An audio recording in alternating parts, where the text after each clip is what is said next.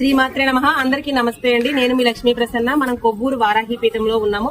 మన వారాహిపీఠంలో ఈ రోజు అన్నప్రసాద కార్యక్రమం జరుగుతుంది. అయితే ఈ రోజు అన్నదాతలు ఎవరో చూద్దాము. పేర్నపాటి శ్రీ భార్గవ్ గారు అనమాట అండి. శ్రీ భార్గవ్ బర్త్డే సందర్భంగా మన వారాహిపీఠంలో అన్నప్రసాదం పెట్టి చాలా మీనింగ్ఫుల్ గా సెలబ్రేట్ చేశారు. భార్గవ్ గారు మీకు పుట్టినరోజు శుభాకాంక్షలు. అలాగే మీరు వారాహి అమ్మ అనుగ్రహంతో ఇలాంటి పుట్టినరోజులు మరెన్నో చేసుకోవాలని కోరుకుంటూ అన్నదాత సుఖీభవ.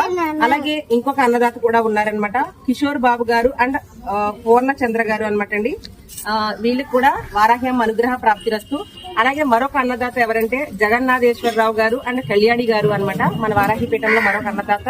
అలాగే ఇంకొక అన్నదాత కూడా ఉన్నారు, శ్రీపాద అండ్ సంధ్యాదేవి గారు, మన వారాహిపీఠంలో మరొక అన్నదాత. అలాగే ఈ రోజు ఇంకొక అన్నదాత కూడా ఉన్నారనమాట. వాళ్ళు ఎవరంటే లక్ష్మి అండ్ ప్రియాంక గారు. వీళ్ళు మన వారాహిపీఠంలో ఈ రోజు అన్నదాతలు అనమాట. కాబట్టి మనకి ఎవరైనా సరే అన్నం పెట్టారంటే వాళ్ళు ఎప్పుడు బాగుండాలని కోరుకోవాలి కదా. కాబట్టి మనం ఇప్పుడు ఏం చెప్పాలి? అన్నదాత అన్నదాత అన్నదాత అన్నదాత సుఖీ భవ సుఖీ భవ గట్టిగా చెప్పాలి. సుఖీ భవ సుఖీ భవ. వారాహి మాతాకు వారాహి మాతాకు వారాహి మాతాకు వారాహి మాతాకు. మాత్రే నమః. మీ అందరికీ కూడా వారాహి అమ్మ అనుగ్రహం ఎప్పుడు ఉండాలని మనస్ఫూర్తిగా కోరుకుంటూ సర్వే జన సుఖినో భవంతు.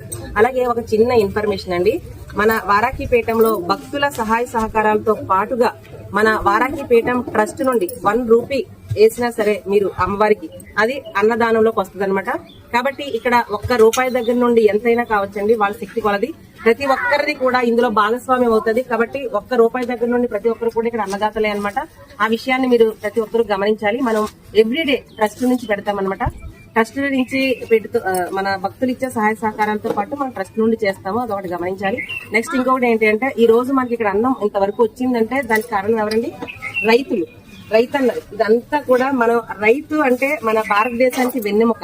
ఆ రైతులంటూ లేకపోతే మనం ఈ రోజు అన్నం అనేది తినలేము, మన ఫుడ్ కూడా మనకు రాదు. కాబట్టి మనం ఎప్పుడు రైతన్న బాగుండాలని కోరుకోవాలి. కాబట్టి మనం ఏం చెప్పాలి ఇప్పుడు? జై కిసాన్ జై కిసాన్ జై కిసాన్ జై కిసాన్. రైతన్నకు కూడా ఎప్పుడు మన వారాహి అమ్మ అనుగ్రహం ఉండి వాళ్ళకి ఎప్పుడు పంటలు బాగా పండించే శక్తిని ఇవ్వాలని మనస్ఫూర్తిగా కోరుకుందాం. జై వారాహి మాత.